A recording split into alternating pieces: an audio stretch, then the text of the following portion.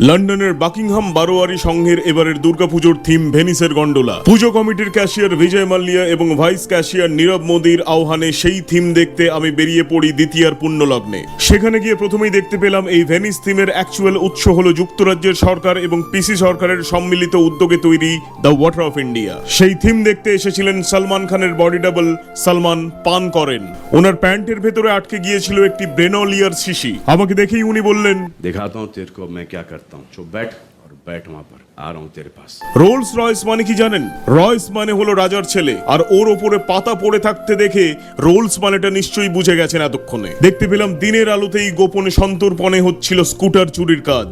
শুধু চুরিই নয়, জোর করেও কিছু মানুষের কাছ থেকে তাদের ওয়াটার বাইক ছিনিয়ে নেওয়ার চেষ্টায় ছিলেন সম্মানীয় দুষ্কৃতীরা। একজন ইংরেজ সাহেব তার মেমের সাথে ওয়োতে যাওয়ার আগে ঝালিয়ে নিচ্ছিলেন উপযুক্ত যোগ ব্যায়াম। নতুন লঞ্চ হওয়া গেরুয়া রঙের আইফোন 17 ওপর বসে দুহাতে দুটো খুন্তি নিয়ে সুপ বানানো প্র্যাকটিস করছিলেন লন্ডনের জনৈক এক যুবক। লন্ডনের বিখ্যাত সুপারসনিক ট্রেন নৈহাটি এক্সপ্রেসের সামনে জোর করে মানুষকে ছুড়ে ফেলে দেওয়া হচ্ছিল ভেনিস থিমটাকে প্রপারলি এনজয় করার জন্য। যেহেতু এবারে মায়ের হাতিতে আগমন, তাই লন্ডনের কিছু হাতি মিলে দুর্গা প্রতিমাকে নিয়ে এলো মণ্ডপে। এবারে ওদের এই প্রতিমার স্পন্সর ছিল কেমব্রিজের বিখ্যাত গণেশ টি স্টল। এই ভেনিস থিমেই আমাদের পার্ক সার্কাসের 7 পয়েন্ট ক্রসিং কে ট্রিবিউট জানিয়ে লন্ডনের সার্কাস পার্কে তৈরি করা হয়েছে পয়েন্ট 7 ক্রসিং। কে অক্ষয় কুমার অরিজিনাল খতরোঁ কা খিলাড়ি তো এই দুই ইংরেজ। ডেঞ্জারের মাথার উপর পা রেখে কিভাবে ফ্যান্সদের ওয়েব করছে দেখুন একবার। তারপরে দেখতে পেলাম এক ব্রিটিশ দল বদলু এই দল থেকে ওই দলে যেতে গিয়ে না থাকলেন এই দলের, না থাকলেন ওই দলের, মাঝখানে পড়ে চেপটে গেলেন মুকুল কাকুর মতো।